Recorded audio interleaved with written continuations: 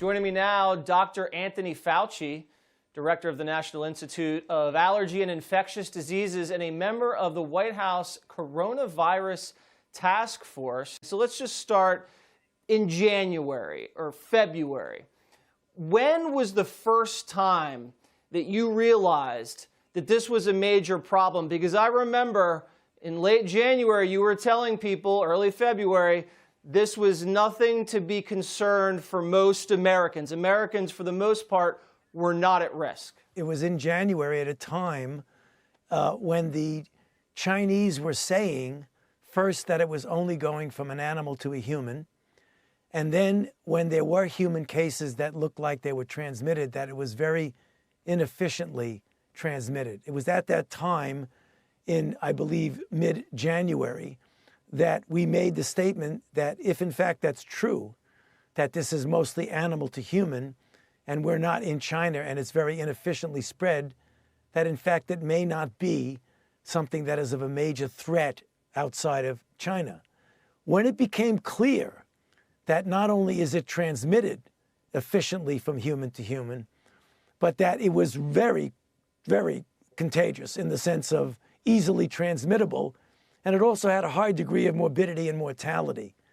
At that point, it became very clear that we were in for a problem because we were getting travel cases from China, and even though we cut off the Chinese pretty quickly, once it's seeded in this country, then it does what any highly transmissible virus does. Right. So there's nothing inconsistent with the information we had.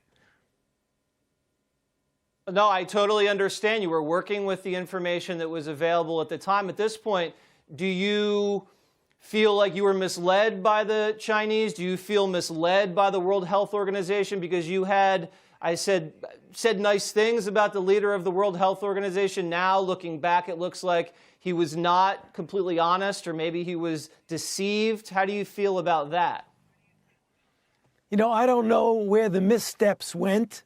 The only thing I know what the end result was that early on, we did not get correct information. And the incorrect information was propagated right from the beginning because, you know, when the first cases came out that were identified, I think on December 31st in China, and we became aware of this, they said this was just animal to human, period. Now we know retrospectively that there was ongoing transmission from human to human in China probably at least a few weeks before then. And then when we finally did get the virus here, it became clear that when we started looking at what was going on, that was misinformation right from the beginning. So whosever fault that was, you know, we're going to go back and take a look at that when this is all over, but clearly it was not the right information that was given to us. Right.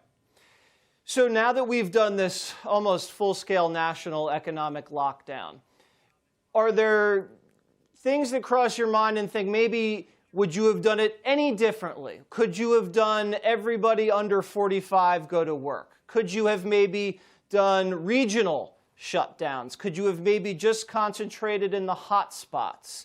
Could you have had everybody wear masks to work? Are there other things that you think maybe you could have done to spare the country from a full economic shutdown? Well, my advice was that we were dealing with a situation where the transmissibility was efficient enough that we could not take the chance that we would just let people get infected and think that there would be no really very serious consequences, because people who were young, even though they did not necessarily get ill at all, clearly would be the vectors to transmit it to the people who were highly vulnerable, the elderly and those with underlying conditions. So one of those things that you can look at is how do you cut that off? And the best way to do it is to have a physical separation, the way we have with the guidelines that are now in effect. I have a very high regard for you, Dr. Fauci, but I just want to be fair because there are some people who are very angry with you, who think that this, I guess, advice to the president to shut everything down, to close businesses, has really cost a lot of people's jobs, their livelihood, their businesses, everything. What would you say to those people? Well, I mean, obviously that's very unfortunate. I mean, that's a consequence. That's, you have to balance the attempt to save as many lives as you Right. can with what is known as a deleterious effect on the economy, which is the reason why right now we're looking very carefully about how we can possibly, in a safe way, reopen, as they say, reopen the country to the economic opportunities that we have. We felt at the time, and still do now, that that was the right thing to do. Could there have been other approaches? I mean, I'm humble enough to know that maybe there could be. That was the choice we made based on the information that we have. One can always second guess, but that happens. This is a serious situation that has impacted a lot of people. Right. And you believe we're at our peak probably this weekend? Fingers crossed, hopefully?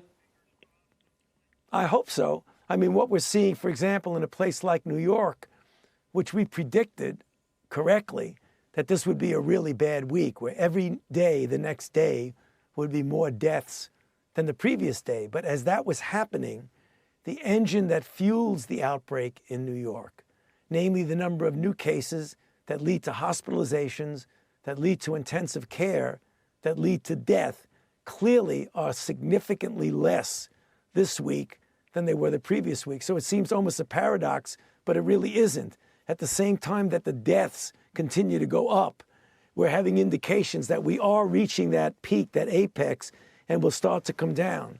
If it acts the way we've seen it act in China, that decline will be very steep.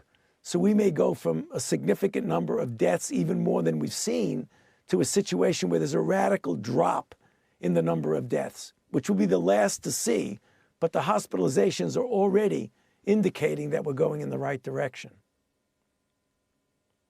All right, we can only hope. Dr. Fauci, thank you so much. You're quite welcome. Good to be with you.